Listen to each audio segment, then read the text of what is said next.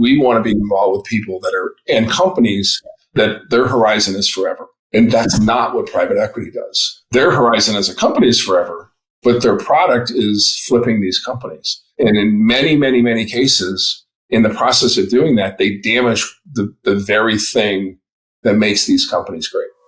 Welcome to The Thinking Leader, brought to you by Red Team Thinking. Bad leaders react, good leaders plan, and great leaders think. Each week, you'll get new ideas and insights from business executives, military experts, and innovative thought leaders to help you lead more effectively and better navigate your complex world. Now, here are your hosts, best-selling business author and top-rated leadership speaker, Bryce Hoffman, and former RAF Wing Commander and business agility coach, Marcus Dimbleby. Hello there and welcome to another episode of The Thinking Leader. Bryce, good day, my friend. Who do we have with us this week? Oh, I'm so excited. Today we have Ron Boire. Ron is a strategic advisor, but more importantly, he is a recovering CEO, serving as CEO for Barnes & Noble's, Brookstone, Sears Canada, and he's also been a senior executive with Sony Electronics, Best Buy, and other companies. Wow. He coaches C-suite executives. He teaches at Columbia University Business School. So many exciting things to talk about, Ron. Welcome to the show. Yeah, it's great to see you guys. Thanks, and I'm looking forward to having some fun in our conversation today. I am too. And when you look at your bio, Ron, you've been in senior positions at so many different companies and so many different industries, and now you're sharing what you know with senior executives at other companies and other industries. And I'm just curious, what have you come to find are the qualities or the skills that are most essential for successful leaders to have and to cultivate? Yeah, it's interesting because I do a combination of advisory work and innovation work today. And most of that work ends up in some kind of leadership coaching conversation, right? Or even in just engagements like they hire me as a coach. And, I don't do behavioral stuff, right? I don't do the kind of thing like, somebody acted badly at, a company party and they have to be talked to. That's not what I do. I do kind of like how to be a better leader. We wouldn't have you on the show if that's exactly. But I really as I've started to think about this over the years, I've kind of broken it down into like three big buckets. And it really starts with kind of health. And this is the one that kind of surprises me. People like, having your kind of mental, emotional, and physical health in order as a leader, having your family situation healthy, and then your team situation healthy. And people talk about it as kind of like being safe today and things like that. It's not where I'm going. I'm really going in how does a team dynamics work together? And that leads to kind of like, what are you good at? And how do you truly create like your own personal content? Because so much of leadership, and you mentioned Columbia Business School, and I do occasionally teach there with Rita McGrath, and I did go there. But so much of business school, when I went to business school, was about kind of the mechanics of this is what a balance sheet looks like, and this is how you do accounting, and this is what tax law is, and all of those kind of things. But the value is really created in differential content, right? So, right. I've really found in my career where I did my absolute best work was when I had my kind of act together, kind of personally, emotionally. My family situation was solid. My team was solid. Then we start to create really great stuff. And that stuff is not, optimization. It's creation. It's doing things differently. It's innovating. And then once that's together, you can start to think about growth and impact, right? But a lot of times when I'm actually doing kind of leadership coaching / development, and I have a little worksheet that I give. I'm not one of those people, but I have a little worksheet that I give people and say, like, what's your personal health plan and what's your family health plan? And it's just amazing. I have at least 2 leaders now that I'm having advisory / coaching relationships with. and you say like, well, what are you doing to help your family health? And the number one thing that both of them were doing was putting cell phones away at dinner. Oh, yeah. Like, literally, like, okay, I'm actually talking to my family again, right? And because when you say to somebody, if like you're holding this thing up, you're not engaged with me as a person. You're certainly not, and you want to talk about being offensive to the family, right? So to me, it's like get yourself mentally, emotionally, physically kind of ready to do the job, because they're big, tough jobs. Get your family in the right place and then go. That's so interesting to hear you say that, because, my mentor, Alan Mullally, preaches this too. And, he used to be home at 6:30 every night. Yeah. 7 at the latest. Now, he was always the first person at the office in the morning, well before the sun rose. But, a lot of people thought, particularly when Ford was fighting for its life and stuff, that, you must be working, 20-hour days and stuff. And he said, no, that's not my role as the leader. I've got to be able to show up the next day too. And he talked to me about how important this is. And he said it's something that so many executives overlook is that if you can't bring your best self as a leader every day, you're letting your team down, you're letting your company down. And it's not worth, burning yourself out to do that. And in fact, there's one day where he showed up in the entire time where he was CEO. He was talking about this when he was on our podcast, actually, where he looked haggard and people were terrified because he'd been so together and like, oh my gosh, we must really be falling apart now. And he said, no, he said, my daughters begged me to take them to a Lady Gaga concert last night.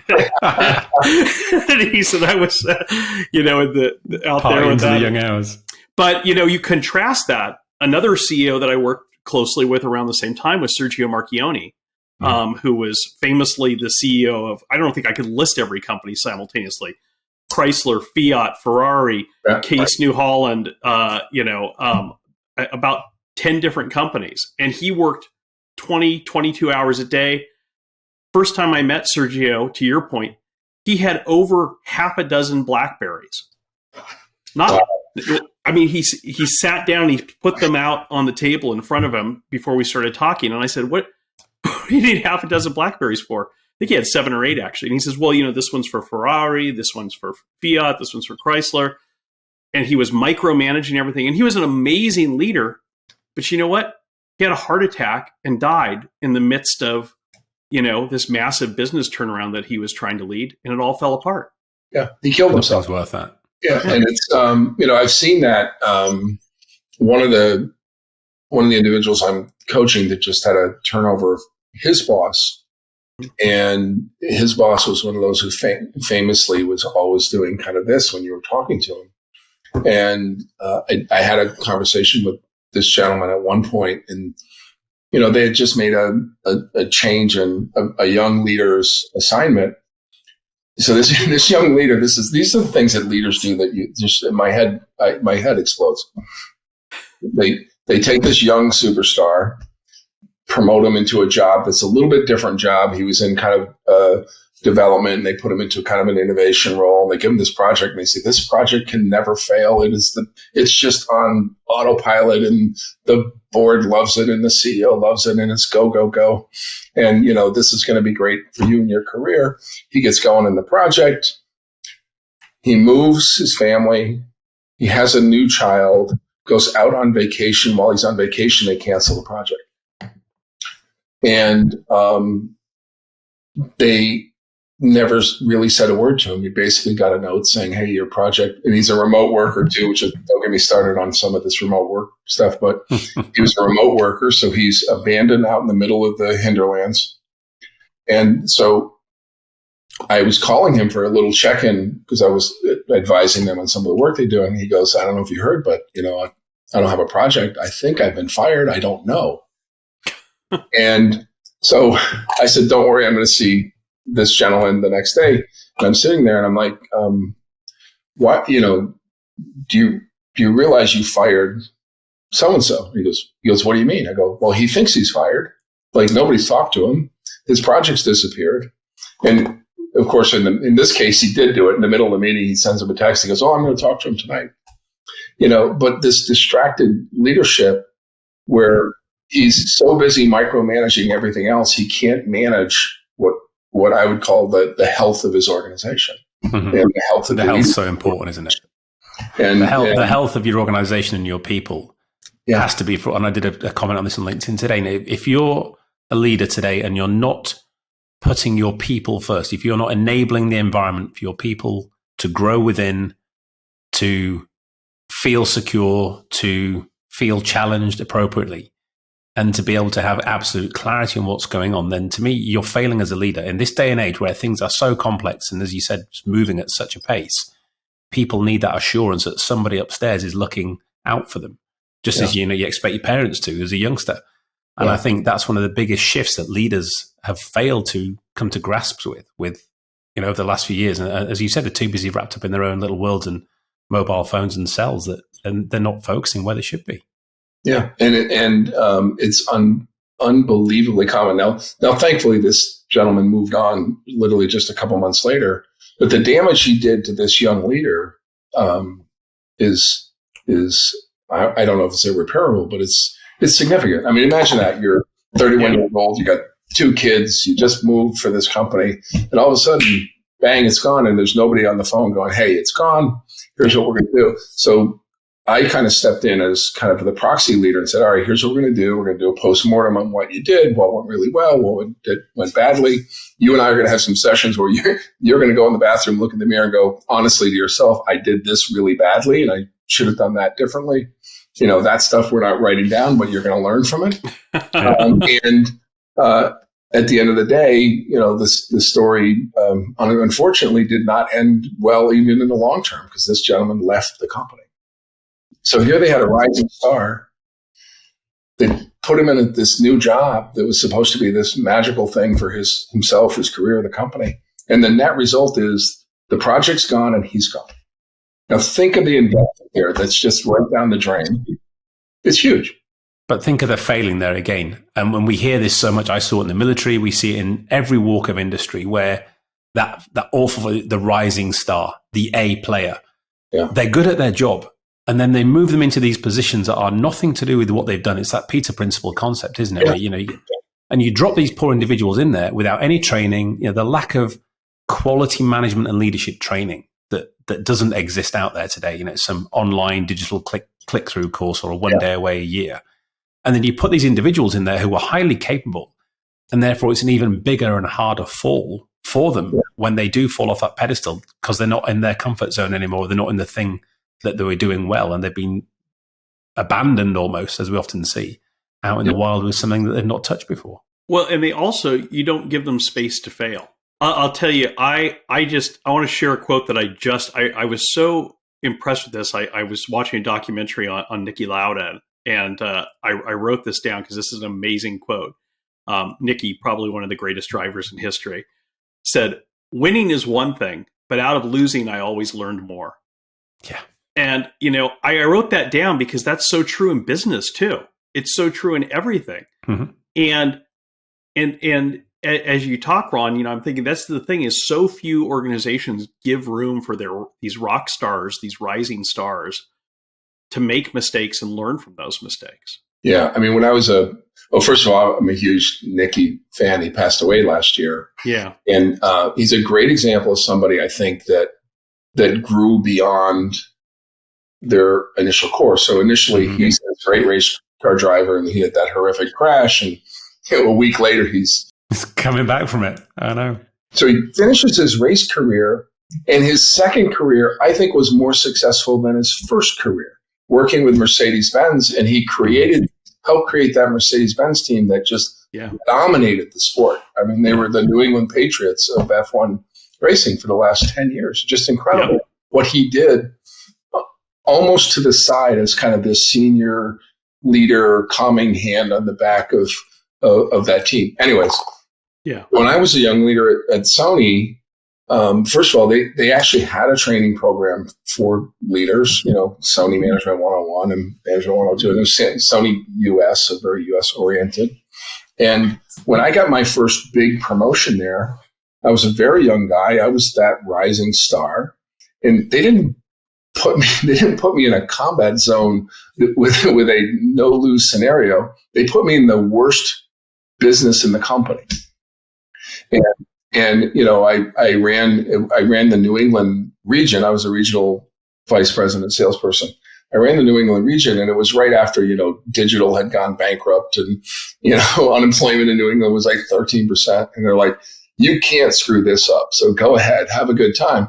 And, but it's like a sandbox, right? It's like a sandbox. It's like a sandbox. So we had the worst. It was 13 regions in the country. We were like number 15 out of 13. And, I was telling somebody this story yesterday. It was a group of young guys. It was all guys at that time in the office. And one really senior guy, this crusty old guy named Bob Clark, who, if you ever seen the Fisherman Lozenger box, he's that. Oh, yeah. He's that guy. He's Bob Clark from Boston. Anyhow, he was the senior guy who didn't let us do anything really stupid. But we completely changed the way we operated the business. We innovated. We made a lot of mistakes. And that region went from the worst in the country to the best in the country. And everybody in that region, people in that region, a guy that worked for me, a guy named Jay Vanderbury, became president of the company. He replaced me when I left. A guy named Steve Haber became a president of an operating group. A guy named Steve Tate became a head of strategic planning. Paul Spitali became a executive vice president of the company. And we were just young guys that were given an opportunity to kind of learn and grow in a safe place. And it was like, you can't screw this up. You can't make a huge mistake. And it turned into something wonderful. That's an amazing opportunity. It was unbelievable. And I also, along the way, had that mentor, like you have, Alan, and probably other people in your life, had this guy named Mike London, who happened to be my biggest customer. So it was really interesting.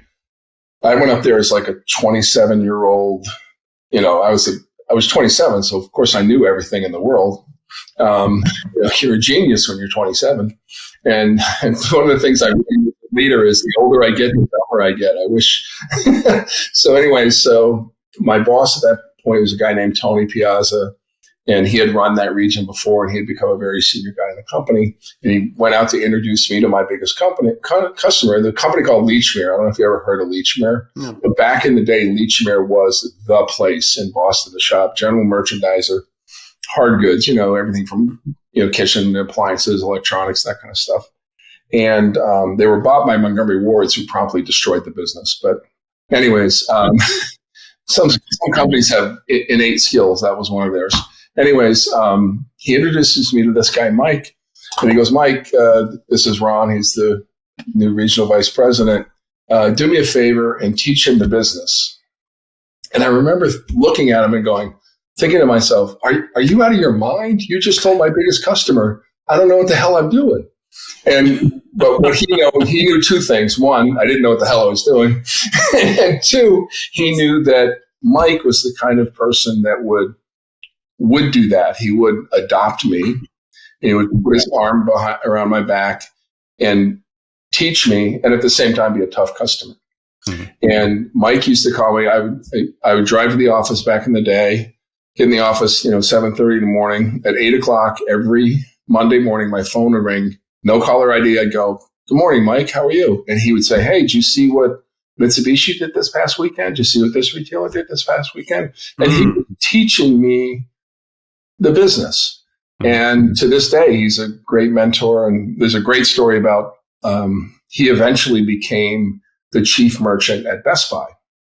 Oh, interesting. This is to this day, this is one of the greatest servant leadership lessons I've ever seen. I was president of Sony sales at the time. So he became chief merchant at the biggest electronics retailer in the world. And I was the head of sales at the biggest electronics manufacturer in the world. And we're still very close friends. And we're working together. And one day I decided I was going to leave Sony. And I called him up and I said, "Hey, Mike, I'm moving on. And I know you know everybody in the industry on the manufacturing side. If there's a place that maybe it's Samsung or maybe it's, Hewlett Packard or whatever, if you could make an introduction, that would be great." And he said, "No, I'm not going to do that. You're going to come to work at Best Buy." I said, "Mike, I don't know anything about retail, like nothing." And he goes, "No, you actually would be a great retailer. Your background, the things you've done." And a couple of days later, he flew out to New York with Brad Anderson, who was the CEO. Bryce, do you know Brad? I've not met him, but I've seen him speak before. Yeah, one of the great servant leaders of all time. Yeah, just a fantastic CEO. And flew out. We met with Brad. And Brad had an apartment at the Trump Tower, which I don't know if he still has. And he was actually, he's the son of a Lutheran minister, actually kind of embarrassed that he had this beautiful apartment. We sat on this horrible Italian sofa, which was just the worst sofa in the world, but it looked really, really, really Italian. And and Brad said to me, "Come to work at Best Buy." And I said, "Well, what would the job be?" And he said, "Well, I don't have a job for you, but I'd make you an executive vice president." And I said, "Well, I'm not real good at not having a job. So thank you very much. I appreciate that. But, if you can figure it out, let me know." So he turned to Mike. He goes, "Mike, your job is to find Ron a job." So Mike, same routine. Once a week, he'd call me and go, "Hey, how you doing? How's your job search going? Here's what we're thinking at Best Buy." And finally, one day he called me and he said, "Ron, I figured out your job." And I said, "What is it?" And he said, "It's mine." Wow. And I still get emotional kind of thinking about this. And I said, "Mike, this is the only job you ever wanted in your life." And he goes, "Yeah, but the world is changing so fast and I can't do the job." Wow. And a few months before, we had met in Yokohama, Japan at an international conference, and he had come to my room, in my suite. I was the president of Sony at the time. And he sat on my sofa and he said, "Listen, Ron," he goes, "we have these kids running around the building from McKinsey, and they have these binders, and they talk about things that I don't understand. I don't know what to do." We love those people. And I said, "Mike, first thing you do is go hire yourself one of those kids, right? So have one of those guys that can talk to those guys and distract them." And he had a lot of stress about this. And here was a guy who the only job he ever wanted in his life, the job he wanted from the time he started in the industry, was the job he had. But he knew he couldn't do it the way it needed to get done. And he knew his time was done. And he knew that I would probably, as it turns out, I think I did a good job. I'd probably do a good job at it. And to me, it was the greatest leadership moment I've ever seen in my life. Just amazing. Wow. And Mike was at Best Buy as long as he wanted to be there. And then he eventually retired. And that stemmed from that first relationship contact that you had with your boss asking him to teach you the business. What he saw in you throughout that progression. Exactly. Yeah. Exactly where that came from. And it turned out that I wasn't as big an idiot because I had Mike as a mentor pretty much my entire career. So pretty amazing. Beautiful. And what a self-aware leader, though, too. I mean, to recognize that the quality, that the experience and the expertise that he had wasn't what was needed right now. Yeah. And what they needed at the time was somebody who knew about the new technologies and knew some of the new business models. And just deeply personally insightful and personally confident that, I'll be okay. And because he was an owner, he had an owner's mentality in Best Buy. He knew that they needed a different perspective. It's so rare. You see, there's so many cautionary tales in business history and political history as well of leaders who outlive their greatness. Yeah. And they don't know when the time comes to let go and let somebody else take over. And that's why I think, we in the US, George Washington has almost become like a cartoon character. So that it's hard for people to take him seriously anymore. But if you look at his life historically, I mean, it's an amazing model of leadership.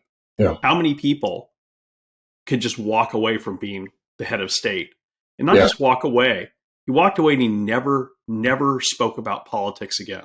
And for the rest of his life, people came to Mount Vernon and asked him to intervene on things and stuff, and he wouldn't do it. He said, I'm done. I did I've given what I had. And it's a model that is very rare and that hasn't much been followed since. Yeah, I mean, I honestly don't know if I could do it. Honestly, it's such a hard thing to do as a human being, because you spend your life trying to achieve this goal. Now you're there and the thing has passed you by, or it's not the right moment.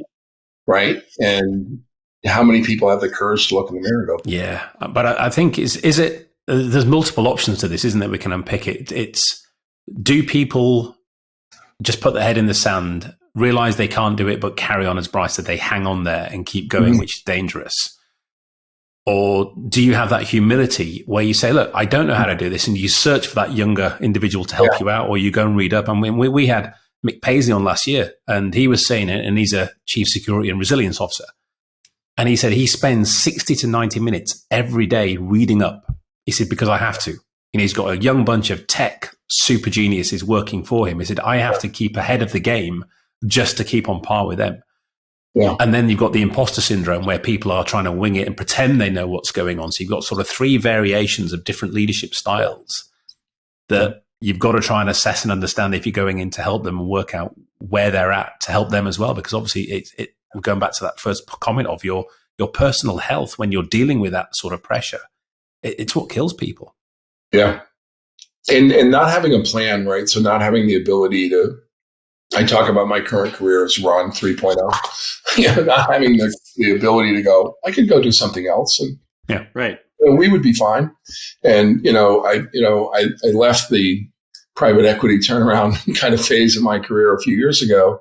Never really looked back, because it was like, a lot of things about that kind of business where, some of it went really, really well, some went really, really bad, but all of it was gun to your head kind of management. Yeah. It's like, it's unhealthy. You just can't continue to do that. And finding something else, I kind of groped around, but I knew I'd find something, and, here I am. Like, so, still creating a little bit of value here and there and enjoying. How do you feel now, though? How do you feel? How's the difference between better than I felt when I was, dealing with, the private equity, amphibians and crocodiles? It's a different lifestyle. It takes its toll. And that all of that learning has really helped me kind of get to where I am today, where I think I can pay some of that forward with some of these younger leaders. And Mike was a fantastic lesson in that. And my first of many, he had many of those lessons to me throughout my life. That kind of leadership, your point, Marcus, it's almost non-existent. And the George Washington example I love as well, Bryce. I mean, I have a couple of, I'm not involved in politics at all, but I have a couple of friends that are, have political offices, local political offices. And we talk about, national politics, and we have this whole older guard that's in there now. And I just know, it's not all aging, but most of them are aging. It's like, they all just need to go away. But they just all need to go away. And it's so obvious to anybody that's on the outside looking. I don't care if you're Democrat, Republican, socialist, liberal, lunatic, whatever the heck you are. If you look at this and think this is good, there's something wrong, right? These people have to go away. It's not just in America.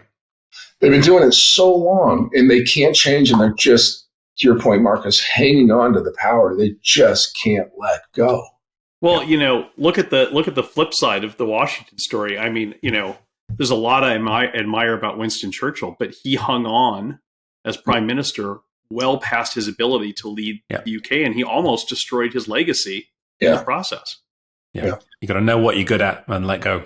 Yeah. Maybe one of the greatest leaders of the last century, and he just couldn't let go. Mm-hmm.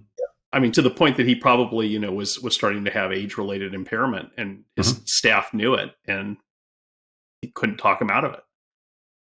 Well, let's take a break here. This has been such an interesting conversation. When we come back, I want to talk about some of those things that you share with young leaders about how to cultivate this sort of resilience. We'll get into that. Stay tuned. If you like what you've been hearing in this episode and you want to learn more about Red Team Thinking, or you want to learn how to become a Red Team coach, a Red Team thinker, a Red Team practitioner, go to our website, redteamthinking.com and register for our free Red Team Coaching Boot Camp. Like I said, it's absolutely free. It's available in last half of February, first half of March. Go there, check it out. Seats are limited. Love to see you in the course. Welcome back. So, Ron, I'm curious. We were talking during the break about teaching leadership, and you made a real interesting observation that I totally agree with, which is that you can't really teach leadership in business school. You want to unpack that a little bit?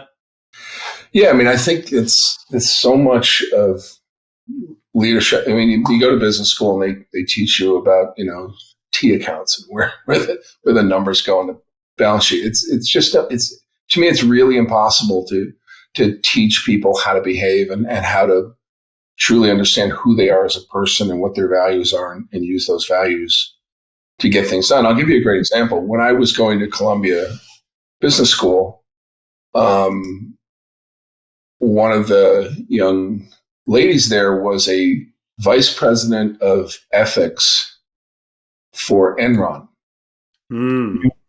This poor young lady. We have an anniversary coming up in a few months in New York, where I'm going to see her again. I haven't seen her in a few years.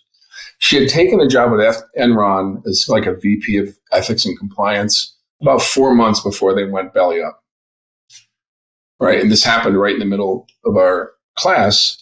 Long story on her, or the short story on her, is it took her like a year to get another job because it literally had this 4-month period where it said Enron on her resume.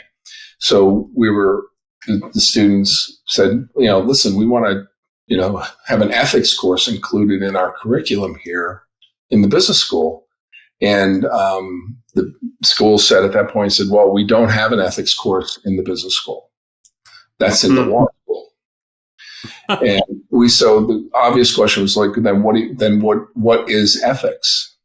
And ethics was defined at that time as if you just obey the law. That was the total definition in Columbia Business School. Is ethics is you obey the law. And we occasionally would have guest speakers come in. We had this one lady who ran a desk at one of the big trading houses. I don't even know who it was. And we got into the whole concept of kind of asymmetry of information.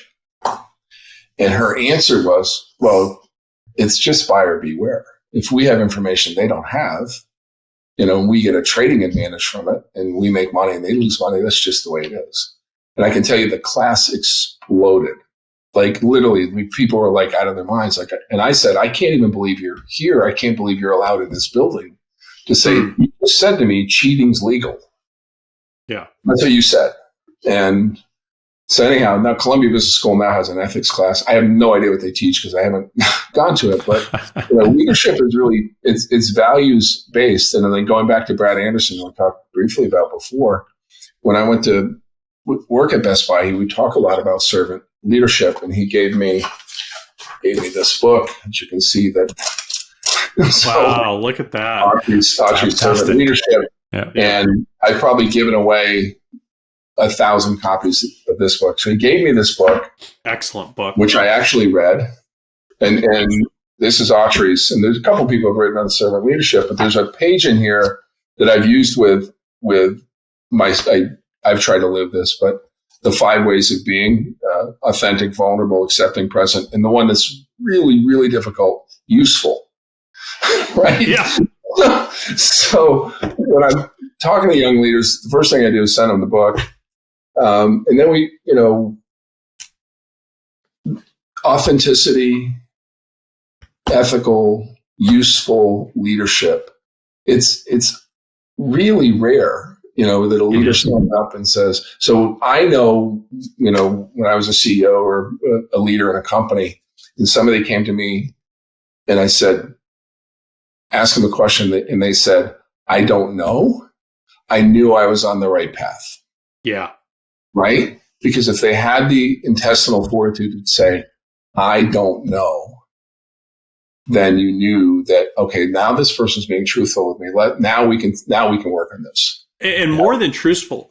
I mean, this is something you're not getting to the core of what we preach and what we teach all the time, which is that it's actually that's a courageous leader. That's a strong leader that can say, "I don't know." Mm-hmm.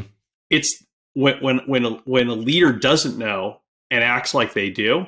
That's a weak leader. That's an insecure leader, and that's so important for people to understand, because people have got it in their head that it's not okay to not have all the answers if you're in charge, and they've gotten bad models. And I'm going to say one of them was Jack Welch. Was a classic example to me of where this bad type of leadership comes from. Is you don't have to come in with your guns blazing to every meeting, blowing everything up and telling everyone what they don't know. Yeah. And this whole idea of seeking understanding before seeking to be understood, of asking questions, is so important to real leadership. Yeah. And the empowerment that gives to people, doesn't it? When you say that as a leader, if you go into your team and go, "Hey guys, there's this problem, and you know what? I don't know, but I know how we find out. You guys, you're the people who I know can come together because I can't do this." And the empowerment and the gratitude and the engagement you get from people then stepping up, like, "Hey, the boss can't do this. We can do this. We can show him how good we are. We can show her how capable we are." And you just get such a different power curve tilt in that sort of dishevelment of before, where they're just beaten down, being told what to do. And then when, as Bryce said, when these leaders bullshit their people and give them the answers that they've made up because they daren't say, "I don't know," and then you get the ramifications of the wrong answer and people taking action on the wrong decision, that causes far more trouble than just saying, "Look, guys, I don't know. Can somebody come either give me an answer, or let's get together and work out the answers ourselves as a group. All of us, together can do this." And I think that's such a, as you mentioned, Bryce, it's such a hard hurdle for many leaders to get over and accept that. But you can't know everything in this day and age. In this complex world we're in, it is impossible for an individual, let alone a C-suite, to know all the answers, because it's just moving too quick. It's too vast, too complex. But if you've got a large organization, somebody in there somewhere will know, or collectively with the right questions, as you said, Ron, and the right level of challenge, they will come out with the right answers that you need. Yeah, and in my experience, the power of the collective is really strong. I think so many occasions I've been in these kind of situations where we didn't really know the answer. We had a piece of the answer. We thought we had a piece of the answer, and you work with it with a group, and at the end you come up with the answer, and nobody can really go, well, Marcus came up with that. We all kind of came up with it. It all kind of builds on each idea, builds on a new idea. So much. Yeah. And it happens all the time when you just let people get into that mindset. And the work I do with Rita McGrath, a lot of it is around innovation and solving these really big, hairy problems at C-suite levels and very senior levels. And I very, very frequently will go to the whiteboard and write, "I don't know." But that goes back to what you said earlier, doesn't it? The whole idea is you don't know. That's why you're doing innovation. And so many of these groups, and I say this to leaders all the time, you've been told your whole career, your job is to know. Your job is to be right. Your job is to win. The reason you got promoted is you knew and you won. For all those reasons. And that just keeps reinforcing that. Early in your career, it's like, Bryce got promoted because he knew and he did this and he did this. And now you're in a position where you actually don't know, because you may not even, Marcus, you mentioned the scope, but you've got this incredible scope. I mean, I was a CEO and I had the IT department reported to me. What the hell do I know about IT? Like nothing. I know it's really expensive and scary, right? Yeah. But if you're pretending that you've got a lot of people who know, you're in trouble. The other thing that you really, the next step from "I don't know" is you're wrong. When you have an employee that'll come into your office and close the door and go, "I just want to tell you you're wrong, and here's why." That's the next level up, where they have the courage that you've allowed them to say, exactly, you're wrong. One of my best friends is a guy, he's in marketing, and he said, I fell in love with you when I found out I could change your mind. Right. So, we're going down a path many, many times, and I'm going down the wrong path, and he'd give me an argument. I go, yeah, I guess that was stupid. I'm going to go this way. Right. I'm going to go your way now. And the really great leaders have always recognized this. One of the things I've shared this before is, famously Andrew Carnegie asked that his epitaph be, "Here lies a man who was wise enough to bring into his service men who knew more than he." Yeah. And it goes back, before he said that, he was giving an interview to, I don't know if it was the Wall Street Journal, the New York Times, or what newspaper. And the reporter asked him, "Mr. Carnegie, you're the richest, I don't know if he's richest or one of the richest men in the world at the time. You've turned the steel industry upside down. What do you know about making steel that no one else did?" He said, "I don't know a damn thing about making steel. Yeah. I know how to surround myself with people who know more than I do about making steel and listen to them." Yeah. And enable them. And there's an old phrase that A's hire A's and B's hire C's, right? It's same concept. That A players always try to hire better, and B players tend to try to protect their position. Yeah. I don't know if there's a lot of insecurity in leadership. So much. Yeah. So much. And they fight so hard to get there, don't they? That's the thing. And then when they get there, they think they're, the next contender's coming up behind them. So they try and do anything to stay there rather than growing those leaders to be better. I said to people when I was working in the bank, I used to recruit people. And afterwards they said, how did you sort of apply your process when you were recruiting me? And I said, I look at you and I think, could I work for this young guy one day? Yeah. I was like, what? I said, yeah, he just sat opposite me, 20 years younger. And I look at you and go, could I work for this guy one day? If you're as good as I think you are and as good as I'm going to make you, in 10 years from now, could you be my boss? And would I be cool with that? And he was like, wow. I'm like, but that's what I want for you. That's what I'm hiring you for, the skills you've got that I have got no idea about. But I'm going to push you so hard and challenge you because you're so capable, you don't even realize it, that one day you're going to be up where you need to be. And that's what I want for you. And I'm cool with that. I don't see you as a threat, even if you were my boss in 5 years. And I think, as you said, Bryce, that's such a hard thing for many leaders because they see it as a competition rather than the way we get better and do things better in any walk of life, in any sector, is we do it together. And you help people climb the ladders with you rather than you sit at the top swinging around like King Kong. You're not going to be there forever. But you can't. The other thing you need, and that's what I want to get back to, is this resilience that we were talking about earlier. So, Ron, when you're working with leaders, how do you help them cultivate that personal health, mental health, resilience, whatever you want to call it? What are some of the advice that you give to leaders? Yeah, I mean, I think one of the things I do talk about a lot is that, understanding the human condition, understanding who you are. And if you back all the way up, there's two big things that motivate all of us. It's fear and it's food, right? And then Maslow's hierarchy. Yeah, I was talking to a class yesterday about this, and it's like, if you understand where you are and where these anxieties are coming from, right? And then you also understand that what you're trading your time for, right? So time's the only currency in the world, right? So we're trading our time right now for something. We're all hoping to get something out of this conversation.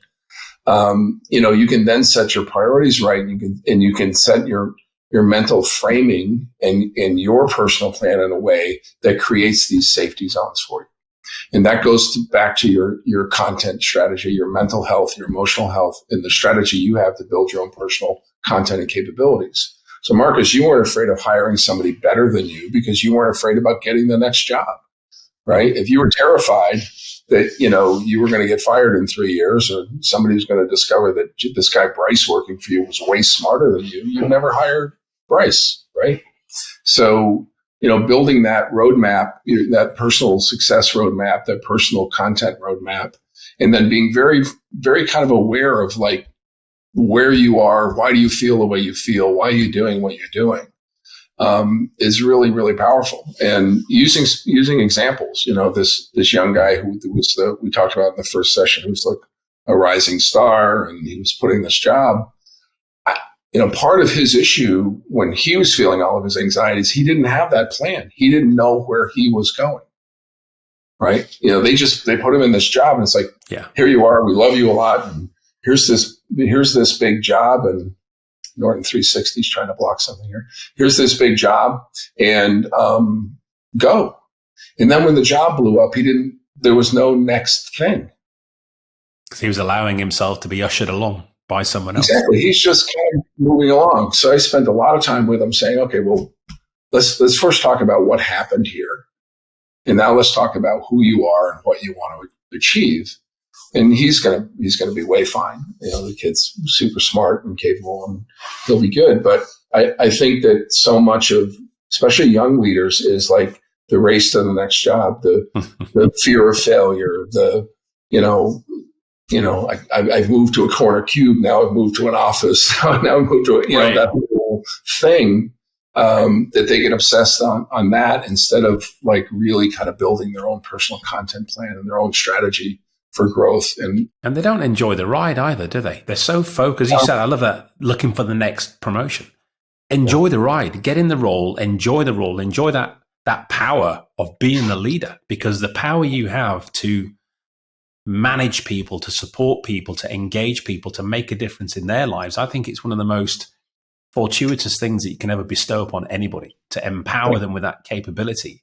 And if you don't enjoy that, and if you're so busy looking up at the next rung rather than around and down and left and right of you to help those individuals, then you're not going to help yourself. And that's where that extra pressure that affects the health that you were talking about comes from, I think. No, and I think I personally experienced that when I was young in my career. I was sprinting, right? I'm like, I'm in achievement mode, and it was all about what was, not all, but largely like, what's the title and what's the job, and are you going to have the next opportunity? And I remember at one point, it's actually when I went to Best Buy. I remember at one point, you look back and you're like, I've been in all these cities and I've never seen them. So I literally made a plan. Isn't it? I've been to all these places and I've never seen them. And I was on my way to Washington, D.C. for actually one of the early Best Buy meetings. And I said, I'm going to stay downtown in a really nice hotel, and I'm going to stay a couple of days over the weekend, and I'm going to walk around. Not that I hadn't seen Washington, but I hadn't seen it this way. And I'm going to be on purpose, as they say in Minnesota. I'm going to be on purpose about seeing this city, experiencing this. And when I was at Sony, I'll bet you I went to Japan 20 times before I spent a weekend and walked around. And it's like, but apply that aspect. Yeah. What are you doing? What are you doing here? So what's the matter with you? Here you're in one of the most amazing cities in the world. You never saw it, but you've been there 20 times. Right. And here's the thing. How much of Sony's secret sauce, how much of what makes Sony such a great company is rooted in Japanese culture and Japanese mindset and Japanese ways of looking at the world? Yeah, huge. Absolutely huge. And if you're not experiencing that, you're not really getting Sony. Yeah. Exactly. That's exactly right. And, you can't learn without experiencing. You can't learn how to swim by reading in a book. You have to jump into the damn pool and swim. I mean, Sony is a company that has such a great origin story, I think. I'm trying to I'm having a mental block here. Who is the founder of Sony? Akio Morita. Thank you. Yeah. I heard an interview many years ago with Morita-san, and he was asked, how did Sony begin? And he told an amazing story about he was on vacation or on a business trip in Hawaii. Mm-hmm. And he was meeting with I don't remember what he was doing at the time, but he was meeting with an American business. It was a business trip because he was having a business lunch in Hawaii. Yeah. And they were sitting poolside. You probably know this story. And the guy he was meeting pulled the umbrella out of his cocktail, his tropical cocktail, and he said, "Oh, look, made in Japan." Yeah. And Morita-san said he felt so humiliated in that moment. Yeah. Because he felt like what the guy was saying is, this is what your country produces. That's right. Little bamboo paper umbrellas. And he said he was determined right then and there that they were going to do something that was really going to be amazing, to leverage the knowledge, the wisdom, the manufacturing expertise that they had. Yeah, and that company really is there's so many great stories about what built them, but at the end of the day, it was engineers that had courage to try different things. And some of the great stories about, Morita going to Budokan and listening to, I think it was Bruce Springsteen at Budokan, and saying, how do I get this into my head? Like, I want to hear this on the train and in the car. And going to one of his engineers and giving him a block of wood and saying, I want you to build a cassette player that's this big, that doesn't have a record button and doesn't have a speaker. And you're going to wear these things on your head, these headphones. And headphones were used for air traffic control in the military back then. They weren't used for music. And I remember talking to Takashino-san, and who was one of the real inventors of the Walkman. And early on, he said when they were developing the Walkman, their biggest concern was how were they going to get rid of these things without Morita finding out that they dumped them in Tokyo Bay, because nobody was going to buy a cassette player that didn't record and didn't have a speaker. And Morita's vision, along with the engineers, and he said, I want it to be this big. And they kept bringing him a big cassette player. And it's like, no, it's got to fit in the shirt pocket. If it doesn't fit in the shirt pocket, then it's not going to work. And he changed how people consume music to this day. That had that kind of impact. There's another great story about Morita innovating, and very early on, one of their first hit products was a transistor radio. And it was, the transistor radios that people had in the 60s. And he came to New York to sell it. He went to visit Macy's. There's two funny parts about the story. One was it actually didn't fit in a shirt pocket. So he had special shirts made with a larger pocket. That's what innovation looks like, folks. He had the transistor radio in his pocket, and he went to visit Macy's, and he made the pitch, and they loved the product, and they said, there's one thing you have to do. It has to say Macy's on it. It can't say Sony. And he went back to I guess he was staying at the YMCA or something. He went back to the Y and thought about it, and he went back to him and he said, no, I can't do it, and I won't have a company. And that was, because back in the day, everything, to your part of your earlier point, Japan was like an OEM provider. It's like people, so you make this, I'm going to put my name on it. And, your name doesn't mean anything. Right. And he said, no, I have to build a brand. And that was one of their first hit products. And that's, when he drew that line in the sand, he said, we're not an OEM maker.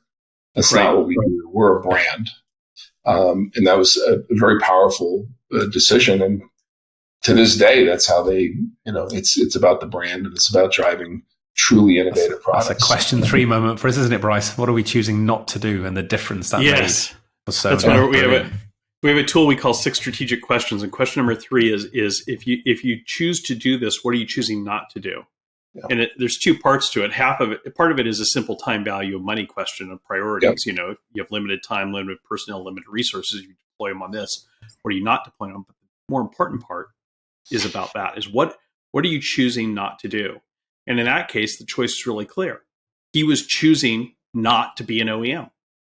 Yeah. He was choosing to build a brand. And they're mutually exclusive, and you can't do both. Yeah. And this comes full circle back to your point, Ron, about values. Yeah. That's a real values quality, that I am not going to sell my name to someone else and have a white label stuck over it. I am going to do this for my country. His vision, that little umbrella was in the back of his mind as he was in that store that day, I'm sure. And that's a real values. And that goes back to that whole point of leadership. For if you don't understand that value, the ethics, the morals that you're focusing on, how can you ever lead into the rest of the domains that we've been talking about with the power that you have to do? Yeah. And I think that's the fundamental issue, I think, that faces a lot of these private equity transactions, right? So if you think about what a private equity company does, their product is buying and selling a company. Right. You would argue underneath that their product is a financing product. But beyond that, at the higher level, they buy and sell companies. And companies don't do that. And I think the biggest issue I always had with private equity was I never had this feeling that they were in any way emotionally connected to the businesses that they were invested in. Maybe a minor exception with Brookstone, where I think Adam Sutton at JW Childs was very emotionally invested in making Brookstone work. But that's not the norm. That's the exception. The norm is they're emotionally invested in the financial structure, and they have a fund, and there's a cliff at the end of the fund, and we got to get this thing out of the fund at some kind of hurdle rate by the end of it. Where the people that are in the business, and if you think about where we started this conversation around values and kind of who you are, when you're working in a company and your product is this thing, you fall in love with that thing, and you're passionate about bringing that thing to market. And everything you do is about building the credibility, the greatness in that product or the experience or whatever it is. And your owner doesn't believe that thing's important. You have a real untenable disconnect. And there's a statistic that 58% of CEOs don't survive the first 2 years of a private equity transaction. Yeah. Me. I didn't survive, right? It's because there's this dissonance between the objective of a real business leader is to create a forever company. Corporations are, they're living entities with no defined lifespan. I love that. That's a great aim. That is a really great aim. Creating a forever company is, Rita and I talk about this all the time. And we've turned down customers that's not their attitude. It's like, no, we're not doing that project. We want to be involved with people and companies that their horizon is forever. Mm-hmm. And that's not what private equity does. Now their horizon as a company is forever, but their product is flipping these companies. And in many, many, many cases, in the process of doing that, they damage the very thing that makes these companies great. Wow. And I think so much of that comes from this, like there just is this massive disconnect between what a company does and what this type of owner does, as opposed to like a Dick Schultz, for example, who was the founder of Best Buy and still is probably their principal shareholder. And he will never sell his company. Yeah. Ever. No matter how bad it gets, no matter how good it gets, he's not selling. He's in it forever. And that's just not, that's not the behavior of private equity. It's not what they do. And I think that Henry Ford said, it's a very poor business that exists only to make money. Yeah, exactly. I mean, well, and that's probably a good philosophy for Ford because they've had these. Yes, we went there. Yeah, prophetic being, but I would agree with that. I mean, Apple's a great example of that, where when Steve, so much has been said about the Apple, and I'm a huge Steve fan, and I had the privilege of working with him and meeting him when I was at Best Buy and other places. But he, when he left, that company died. Right. When classical management came in there that wasn't completely obsessed with this thing, and then when he came back, it absolutely came to life. And when we were at, during that period in the kind of the mid to late 90s where Apple was in such trouble, Sony was thinking about the PC business. You probably know this story, guys, where one of the thought processes, well, do we buy Apple for a couple $2 billion and we're in the computer business, or do we do Microsoft Windows?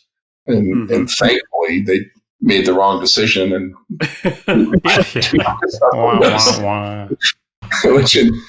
but they would have destroyed it. There's no way Apple would. Yeah. It's just no way. It wouldn't have happened. Right. This is you get here, Ron, to what I think the real point of leadership is. Real point of leadership is being the custodian of that vision, of having that vision, of articulating that vision, of giving people a reason to come to work, a mission, a goal, and then keeping them focused on that. And if you don't have that, then what's the point? And what's the point? Yeah, I'm just working for it. Yeah, I'd much rather go fly fishing. The point is you're just working for a paycheck. And the most miserable experiences I've ever had in my life is when you got to that point, you're like, oh, I'm just getting paid. And it's just a horrible, horrible place to be. And, multiply it times thousands in a company that has lost its way, or leadership has no clear articulated objective or vision. Yeah, and I think that's why we're seeing Gartner reports, aren't we, showing that engagement, again, is on the downturn. It's dropping and dropping because exactly what we're talking about. People aren't inspired. People aren't going to work feeling purpose, feeling challenged, because they're not seeing that and sensing that from the top and the leaders above them either. Yeah. All right. Well, you've given us lots of advice on how to become and stay a good and effective leader, servant leader, a leader who adds real value. Really appreciate you taking the time to share these ideas with us and with our listeners and viewers, Ron. It's been a pleasure. Thank you.